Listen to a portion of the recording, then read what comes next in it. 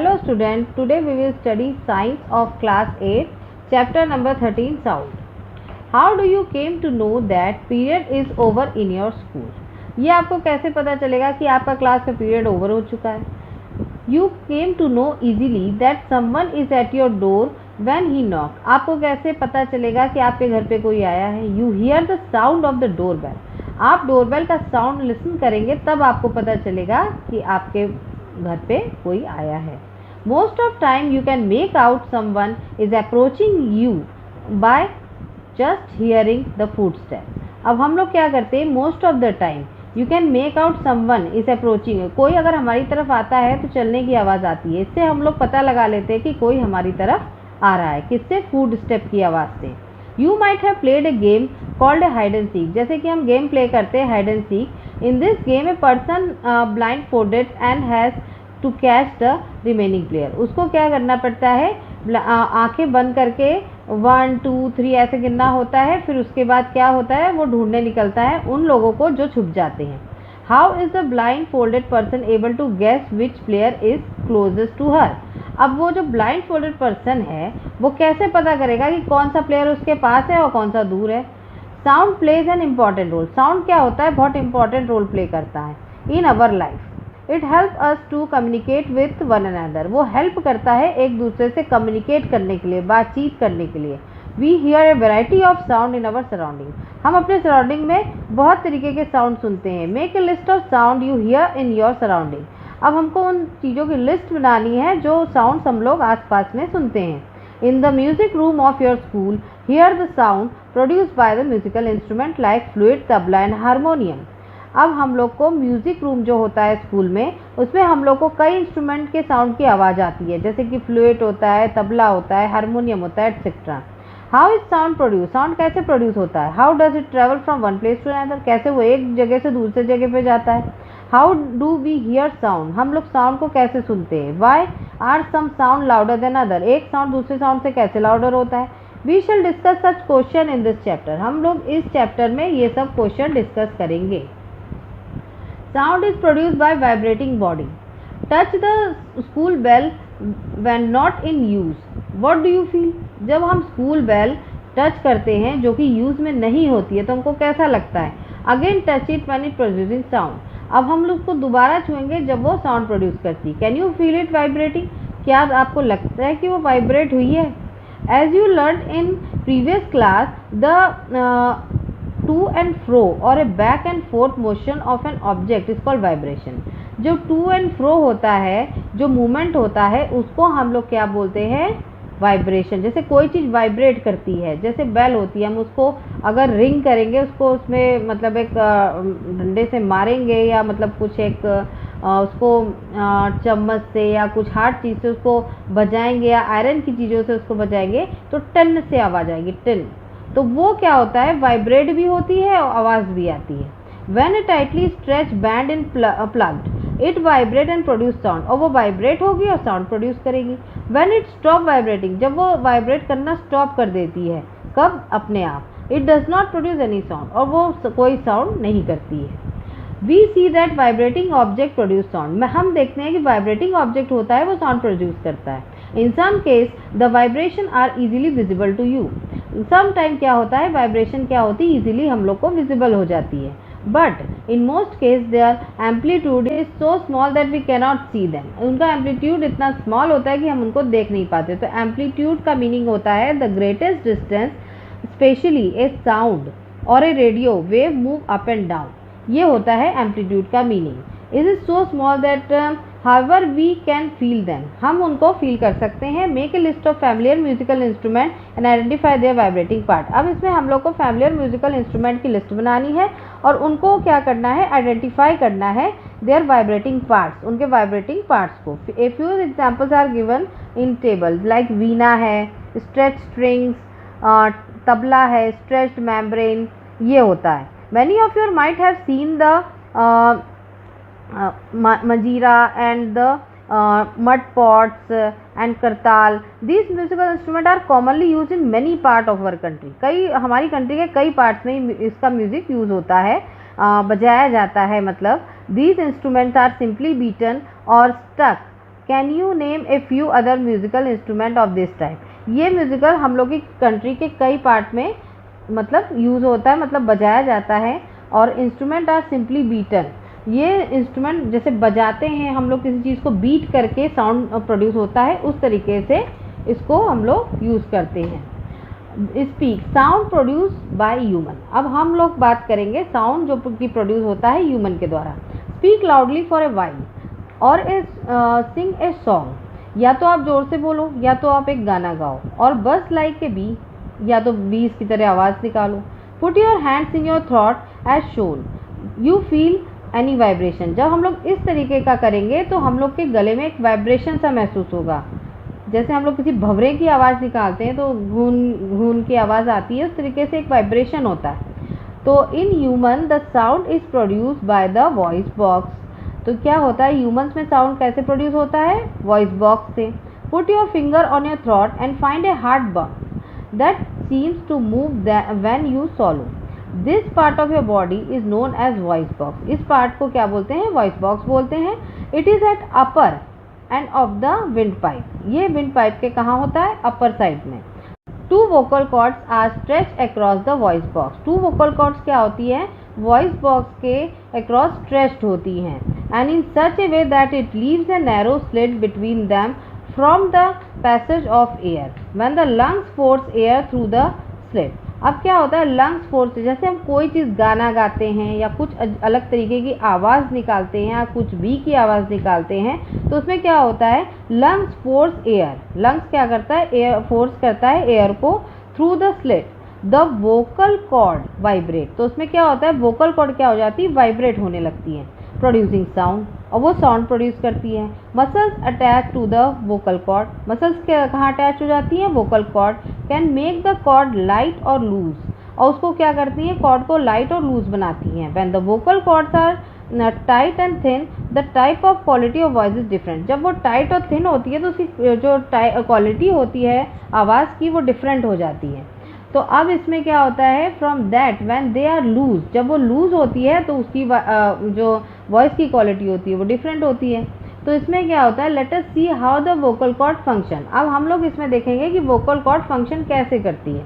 अब जैसे कि रबर स्ट्रिप हम लोग लेते हैं, प्लेस टू पीसेस। अब हम लोग 2 पीस लिया हमने रबर स्ट्रिप का, the other and stretch them. अब हम लोग उसको टाइटली स्ट्रेच कर दिया। Now blow air through a gap between them. अब हम लोग एयर ब्लो करेंगे उसके जो गैप होते हैं। As the air blow through the stretched rubber strip a sound is produce. जब हम उसमें जब एयर ब्लो करेंगे तो एक साउंड प्रोड्यूस होगा। You can also take a piece of paper with a narrow slit and hold it. और ये हम लोग पीस ऑफ पेपर के साथ भी कर सकते हैं। और उसमें जब हम एयर ब्लो करते हैं तो एक तरीके की आवाज़ आती है। Now blow through the slit and listen to the sound. हम उस साउंड को सुनते हैं जब उसके बीच में हम एयर ब्लो करते हैं।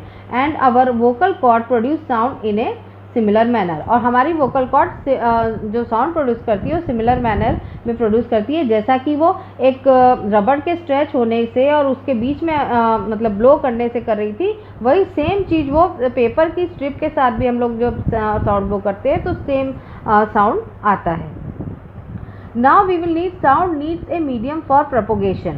When we call up your friends who is standing at a distance. अब हम अपने दोस्त को बुलाते हैं जो कि कुछ दूरी पे खड़ा है। Your friend is able to hear your voice. अब आप अपने फ्रेंड ने वो बात उसकी आवाज़ सुन ली। How does the sound propagate or travel to her? अब उसके पास तक साउंड कैसे पहुंचा, ये चीज़ हमको समझनी पड़ेगी कि उसके पास तक वो साउंड कैसे पहुंचा। अब इसके लिए एग्जाम्पल में क्या है कि मेटल और एक ग्लास टम्बलर होता है। Make sure that it is dry. आपको ये देखना है कि वो ड्राई हो। Place a cell phone in it. अब हम लोग उसके अंदर क्या करेंगे, सेल फोन डाल देंगे।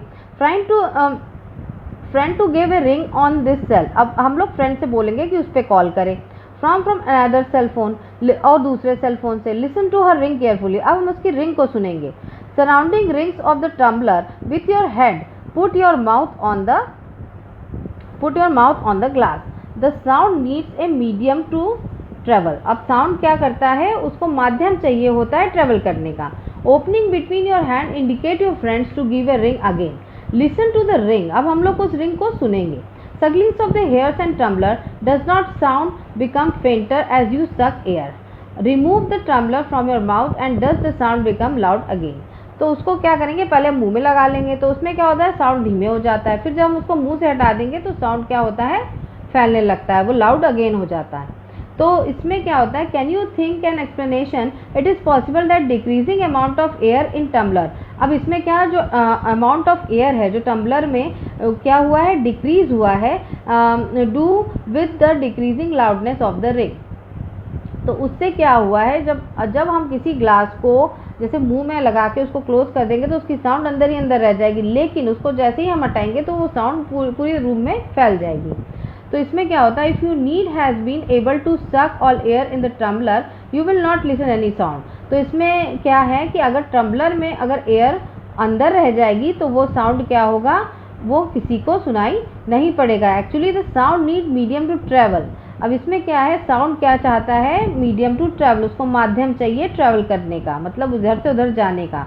तो उसका क्या माध्यम होता है, when air has been removed completely from a vessel it is that there is a vacuum in the vessel.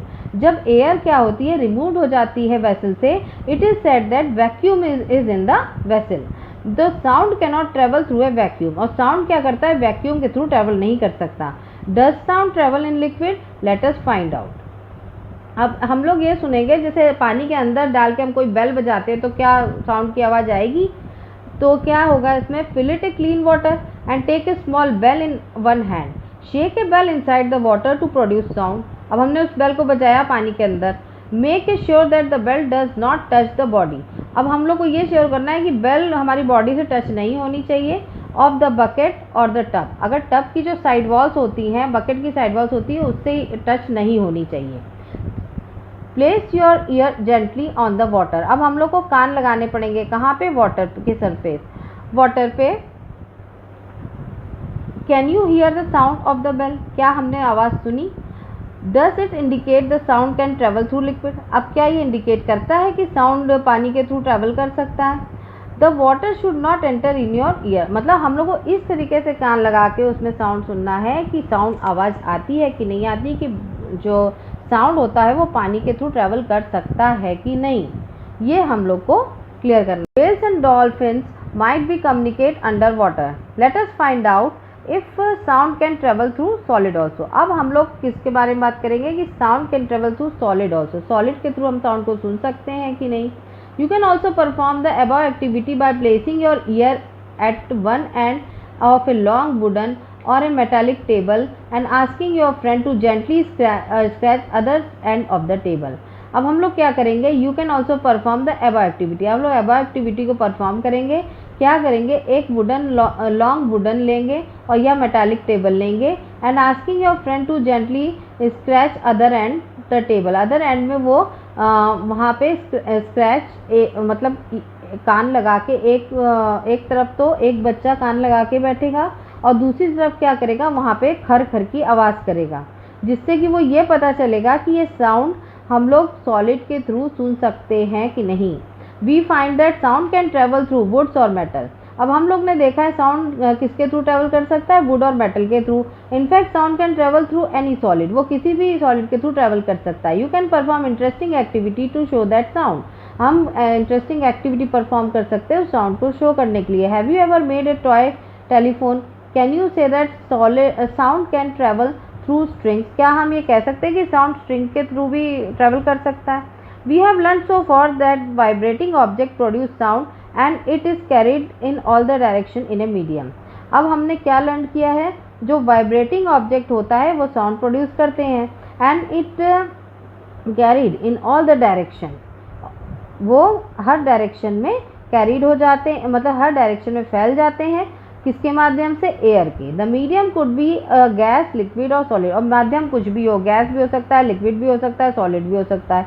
How do hear it, we hear sound through our ears. हम लोग साउंड को अपने कान के थ्रू सुनते हैं। The shape of outer part of year is like funnel. जो outer part होता है हमारे ईयर का वो किस तरीके का होता है, फनल के जैसा। व्हेन साउंड एंटर इट, जब साउंड उसमें एंटर करता है, it travel down a canals to end of which, और वो कान के अंदर ध्वनि जाती है। This is a thin stretch membranes. ये क्या होता है, थिन स्ट्रेच मेम्ब्रेन्स होता है। It called the ear drum, वो ईयर ड्रम होता है जहाँ पे आवाज़ जाती है। It performs an important function, वो बहुत इंपॉर्टेंट फंक्शन परफॉर्म करता है।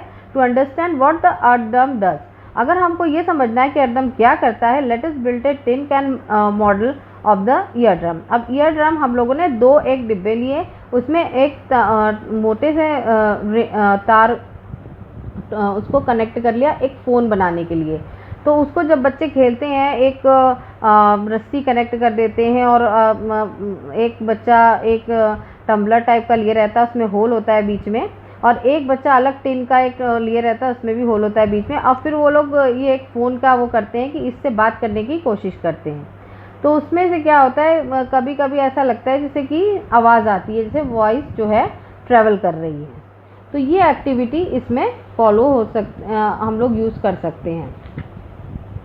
The ear drum is like a stretch rubber sheet. Year drum क्या होता है, एक स्ट्रेच रबर शीट की तरह होता है। Sound vibration make the ear drum vibrate. Sound vibration क्या होता है, ईयर ड्रम को वाइब्रेट करता है। The ear drum send a vibration to the inner ear. Ear drum क्या करता है, वो वाइब्रेशन सेंड करता है किस पार्ट में, इनर ईयर पार्ट में। From there a signal goes to a brain, और फिर वहाँ से कहाँ जाता है, ब्रेन में। That is how we hear, इस तरीके से हम सुन सकते हैं। You have already amplitude, time period and frequency of vibration. अब we have learn that the to and fro motion of an object is known as vibration. अब to and fro जो मोशन होता है ऑब्जेक्ट का, उसको हम लोग क्या कहते हैं, vibration. And this motion is called oscillatory motion, इसको ऑक्सिलेटरी मोशन भी बोलते हैं। You have already learn to earlier the classes about oscillatory motion and its time period. हम लोग ने ऑलरेडी इसके बारे में पढ़ा हुआ है, उसके टाइम पीरियड के बारे में और इस मोशन के बारे में। The number of oscillation is means second is called frequency of oscillation. Frequency is express in hertz. तो इसमें क्या होता है, ऑक्सिलेशन क्या होते हैं, number of per second is called frequency, उसको हम क्या बोलते हैं, फ्रीक्वेंसी। तो वह frequency is expressed in hertz. Frequency किस में हम एक्सप्रेस करते हैं, हर्ट्ज में। तो you can recognize many familiar sound without seeing the object producing them. अब हम लोग कई साउंड ऐसे सुनते हैं जिसमें हम ऑब्जेक्ट को मतलब बिना देखे, without seeing the object produce, हम ऑब्जेक्ट को नहीं देख रहे हैं कि वो साउंड प्रोड्यूस कर रहा है, लेकिन फिर भी हम लोग के कान में आवाज़ आ जाती है। How does it possible, this sound must be different to enables you to recognise them. अब ये कैसे पॉसिबल हो सकता है, बिना देखे हम लोग कैसे महसूस कर सकते हैं कि हाँ वहाँ से आवाज़ आ रही है या कहीं और से आवाज़ आ रही है। Have you ever thought what factor make them different. अब हमने ये सोचा है कि वो कौन सा फैक्टर है जो इस चीज़ को डिफरेंट बनाता है। Amplitude and frequencies are two important property of any sound, can differentiate sound on the basis of their amplitude and frequency. यही दो एक इम्पॉर्टेंट प्रॉपर्टीज़ होती हैं जो एक दूसरे को डिफरेंशिएट करती हैं। तो एम्पलीट्यूड का मतलब मैंने आपको पहले बताया था, the greatest distance specially a sound or a radio wave move up and down. इसका मीनिंग मैंने आपको ऑलरेडी बताया था। Now we will learn the loudness of sound depend on its amplitude. अब क्या लाउडनेस ऑफ जो साउंड होती है वो डिपेंड करता है इट्स एम्पलीट्यूड पे, उसके एम्पलीट्यूड, उसके मूवमेंट पे। When the amplitude of the vibration is large, अगर उसका एम्पलीट्यूड ऑफ वाइब्रेशन जो लार्ज होगा, the second produce is loud, the sound produce is loud, जो साउंड प्रोड्यूस होगा वो लाउड होगा। जब एम्पलीट्यूड होता है, when the amplitude of vibration is large, अगर एम्पलीट्यूड वाइब्रेशन का लार्ज होगा तो वो जो साउंड प्रोड्यूस होगा वो क्या, बहुत तेज हो जाएगा। When the amplitude is small, अगर एम्पलीट्यूड स्मॉल होगा, द साउंड प्रोड्यूस फिर तो साउंड क्या, धीमा पड़ जाएगा। Compare of the sound of a baby with that of adult, is there is any difference even if two sounds are equally loud and they differ in some way, let us see how। तो इसमें हम लोग क्या करेंगे, compare of a baby with that of an adult, is there is any difference. Difference तो होगा, जैसे baby रोता है उसके आवाज़ में थोड़ा सा मतलब साउंड उतना तेज नहीं होता है जितना बड़े के चिल्लाने का साउंड होता है। The frequency determine the pitch of the sound, if frequency of vibration is higher we say that the sound is shrills and has a higher pitch. अगर उसकी फ्रीक्वेंसी जो होगी ऑफ वाइब्रेशन जो होगी वो हाई होगी तो उसका साउंड बहुत तेज़ी से आएगा। इफ़ फ्रीक्वेंसी ऑफ वाइब्रेशन जो होगी अगर लोअर होगी तो उसका साउंड क्या होगा, बहुत धीमे से आएगा। A low pitch sound, on the other hand, a whistle has high frequency and therefore produces sound higher pitch। अब हम लोग एक विसल बजाते हैं तो उसमें क्या होता है, उसमें हाई फ्रीक्वेंसी होता है, तो वो जो आवाज़ आती है बहुत तेज़ी, सीटी बजाने की आवाज़ बहुत तेज़ आती है। A bird make a high pitch sound, एक बर्ड क्या करती है, एक हाई पिच साउंड बनाती है, whereas lion makes a low pitch roar. अब बर्ड जो चींची चींची करती है उसकी आवाज़ मतलब ज़्यादा तेज़ नहीं होती, तो उसका हाई पिच साउंड नहीं हो पाता। लेकिन जब शेर दहाड़ता है तो वो क्या होता है, हाई पिच साउंड में आता है। The sound of the bird is quite fable, जो साउंड ऑफ द बर्ड होता है क्वाइट फेबल, लो होता है। लॉयन इज वेरी लाउड, और लॉयन की आवाज़ जो होती है बहुत तेज होती है। Every day you hear the voice of children and adult, हम लोग रोज सुनते हैं, बच्चों की आवाज़ें सुनते हैं, बड़ों की आवाज़ें सुनते हैं। Do you find any difference in their voice? Can you say that the frequency of voice of child is higher than that of the adult? Usually voice of women has a higher frequency than that of a man. अब इसमें बताया गया है कि रोज़ हम adults और बच्चों की आवाज़ें सुनते हैं, तो उनके जो साउंड जो वो बोलते हैं, जो साउंड वो मतलब आता है, तो वो बच्चों के मुकाबले बड़ों की आवाज़ जो होती है बहुत तेज़ भारी भी होती है, और बहुत तेज़ मतलब फ्रीक्वेंसी जो होती है ऑफ द मतलब चाइल्ड के मुकाबले बड़ों की जो होती है वो हायर होती है।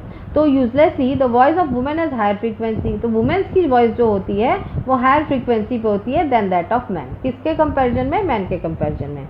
Audible and inaudible sound, we know that we need a vibrating body for production of sound. अब इसमें क्या है, we know that we vibrating body for production, अब हम लोग वाइब्रेट कर रहे हैं किसी बॉडी को, किस लिए? साउंड प्रोड्यूस करने के लिए। Can we hear the sound of all vibration body, क्या हम साउंड सुन सकते हैं?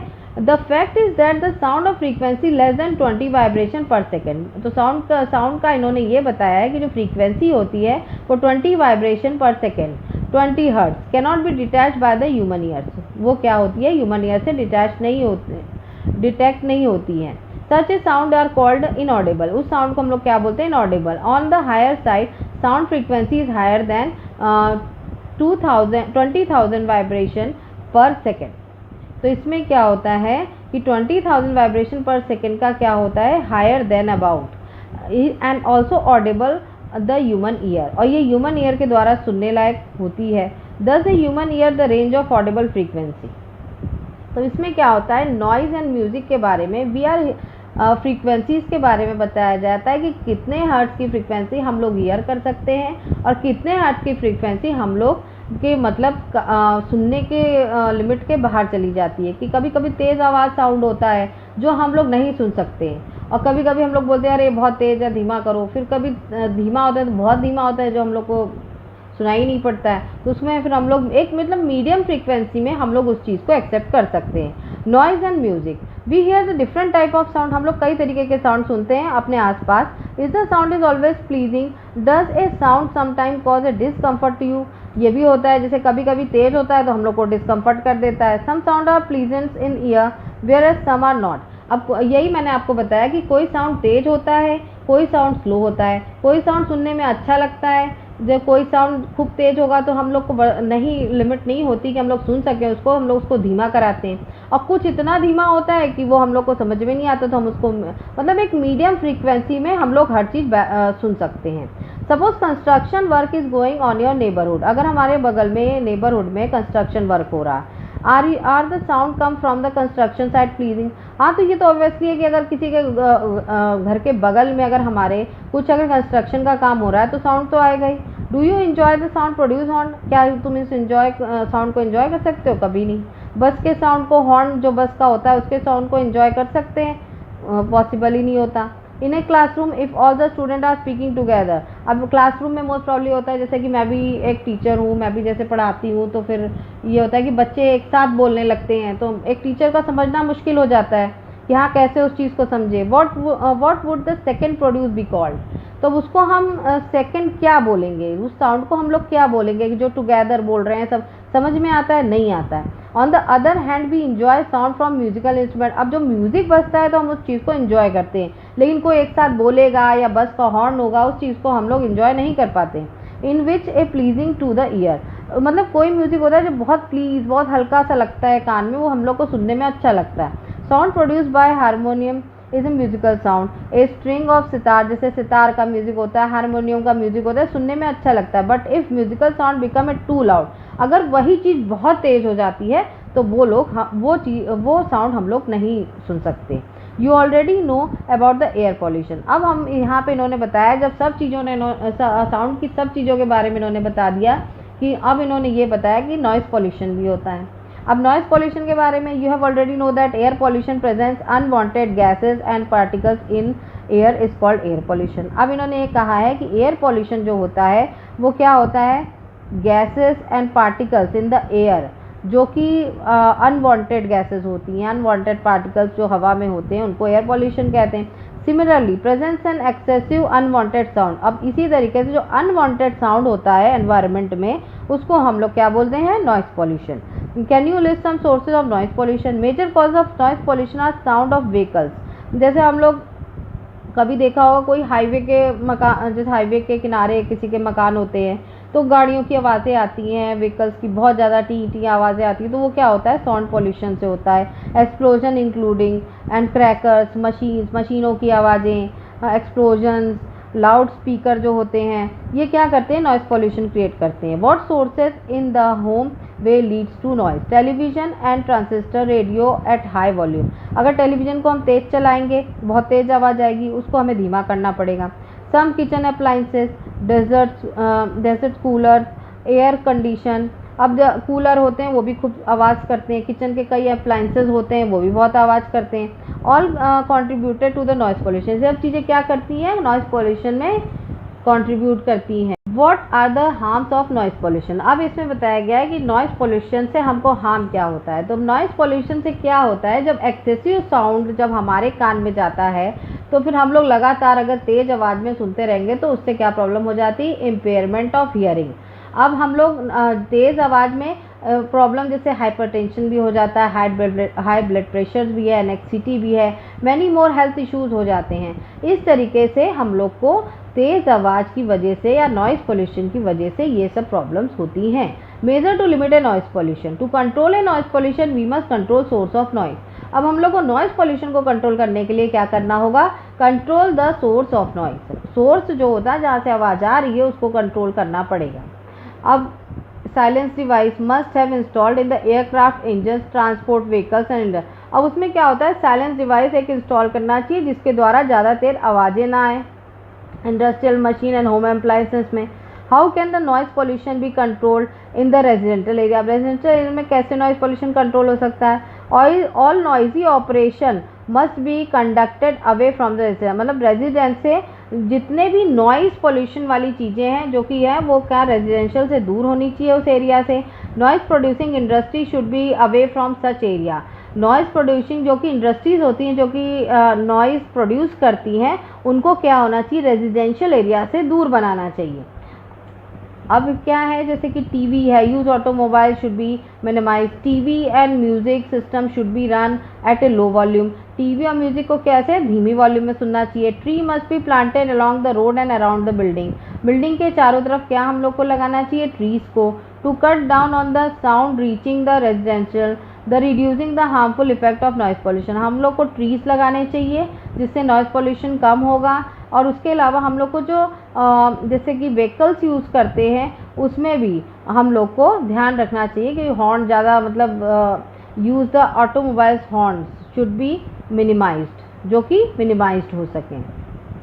तो इस तरीके से हम लोग को दस reducing the harmful effect of noise pollution, इस तरीके से हम लोग नॉइज़ पॉल्यूशन को कंट्रोल कर सकते हैं। तो स्टूडेंट आपको ये सब समझ में आया होगा। So please subscribe my channel.